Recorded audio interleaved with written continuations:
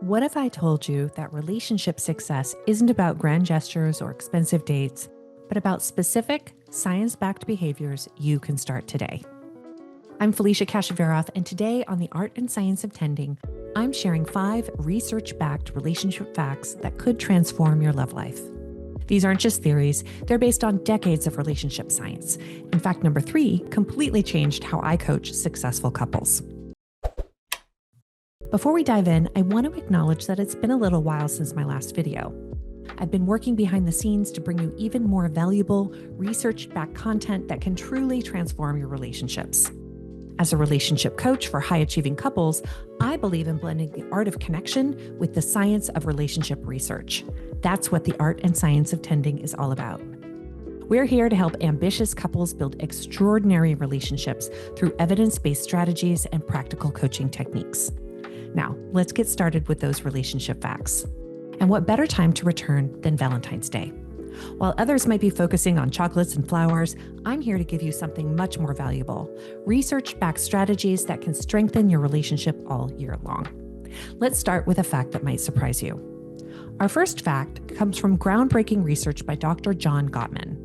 His studies show that successful couples build relationship stability through small, daily, positive interactions rather than grand gestures.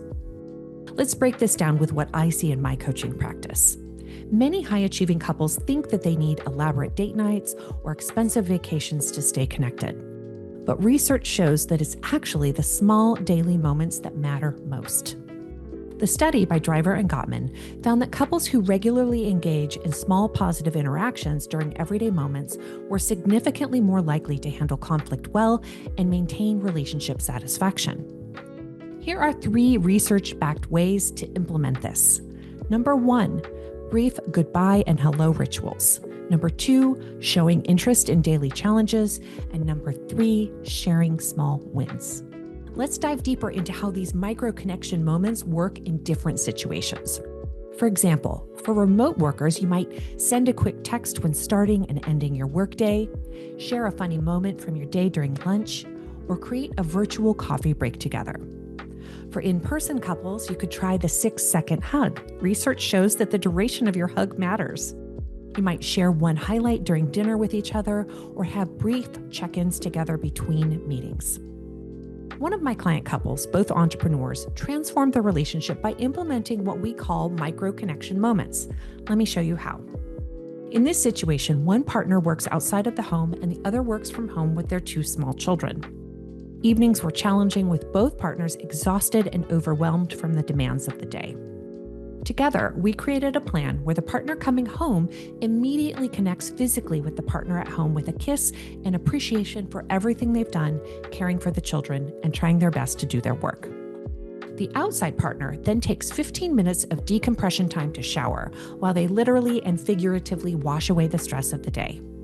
When they come back, they're ready to fully engage with the family and offer whatever support the inside partner needs, whether that's a short break of their own before dinner and evening routines, or time to straighten the clutter that's been bothering them. Is this big and grand? No, absolutely not. But it does the very important job of reconnecting the partners as teammates. The key is consistency over intensity. Think of it like compound interest for your relationship. Small, regular deposits add up to significant growth over time. This next fact revolutionized relationship science. Dr. John Gottman's research revealed that stable couples maintain a very specific ratio in their interactions: 5 positive interactions for every negative one during everyday life. During conflict, those successful couples increase their ratio to 20-1. According to the 7 principles for making marriage work, couples who maintain this 5-to-1 ratio are significantly more likely to stay together long term. Let's break down what counts as positive and negative interactions. Positive interactions would look like showing interest. Tell me more about that. Physical affection, touch, hugs, and kisses. Words of appreciation, humor and playfulness, or active listening. Negative interactions would look like criticism, defensiveness, contempt, or stonewalling. Again, let me show you what this looks like in real life. Our brains are wired to notice the negative. So to make a shift toward more positive interactions with your partner, I recommend you create a process, method, or ritual to help your mind make that shift away from the negative. Ultimately, you have to decide what works for you, but some things that have worked for me and my clients are meditation, prayer, a grounding practice, or journaling. Again, this does not have to be a huge process. It can be as simple as 1 minute of meditation where you focus on the positive. What is one thing your partner did the day before that you appreciated? Bonus points if you find time to do this practice together and share what comes up for each of you. As a practical tracking tip, I recommend couples do a simple evening check-in. Rate your day's interactions on a scale of 1 to 10. If you're consistently below 7, it's time to intentionally increase positive interactions. Remember, this is not about being perfect. It's about being aware and making adjustments. Now, here is where the research gets fascinating. According to Dr. Gottman's studies published in The Relationship Cure, couples who stay together respond to what he calls emotional bids 86% of the time, while couples who eventually separate only respond 33% of the time. An emotional bid is any attempt to connect, no matter how small. It might be showing your partner something interesting, asking for help or advice, or seeking attention or affection. You may have seen some viral trends on this subject, like the bird test or the orange peel test. The bird test is when a partner points out an interesting bird and the partner passes if they acknowledge the bird. This happens to be the example that Dr. Gottman uses in the book, which is what led to the viral test. The orange peel test is a little different. It begins by asking your partner to perform a mundane task for you, like peeling an orange. How they respond can give clues to how they respond to an emotional bid. There were some truly horrifying responses to this request online. Now let's practice spotting different types of bids. A verbal bid is something like a direct request. Can you help me with this? Or sharing information. I read something interesting today. Or seeking an opinion. What do you think about XYZ? A nonverbal bid might look like moving closer physically, making eye contact, sighing, or other emotional expressions. A digital bid, which is especially important for modern couples, would be sending links to articles, sharing memes, or tagging each other in social media posts. The key is to recognize that these bids aren't just about the content, they're about connection. Responding positively to emotional bids or bids for attention is absolutely vital to relationship health. It's also known as turning toward or turning away from one another. Now, we're all human and we're never going to perfectly respond to every bid, but we can certainly make an effort to do better. If your partner points out a bird or sends a meme and the timing isn't great, take half a second to acknowledge, oh my gosh, I love a good bird, but if I come over now, I'm going to burn the eggs. Snap a picture for me.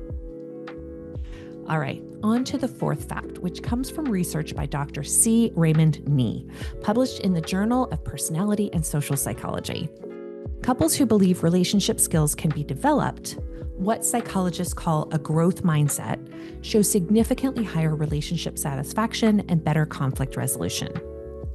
The study found that people with growth beliefs about relationships approach conflicts as opportunities to learn, show greater resilience during challenges, and invest more effort in developing relationship skills. This is particularly relevant for my high-achieving clients who already use growth mindset in their careers. When you are ambitious, you're always thinking about the next step and the actions that are required to get there. In some ways, we create our own reality. If we think a situation is hopeless, we're likely to avoid taking any action. A lack of action equals a lack of progress. Lack of progress leads to hopelessness. See what I mean? On the other hand, if we have the tiniest bit of hope that a situation can improve, we're more open to taking action. To start to develop this in your relationship, identify an area of growth. Maybe it's more opportunities for intimacy. Come together and think about what is the tiniest step we could take toward more intimacy. A kiss goodbye every morning, an extended hug when we come back together at the end of the day. Implement that suggestion and do it consistently for a week. Come back together and notice if anything has changed.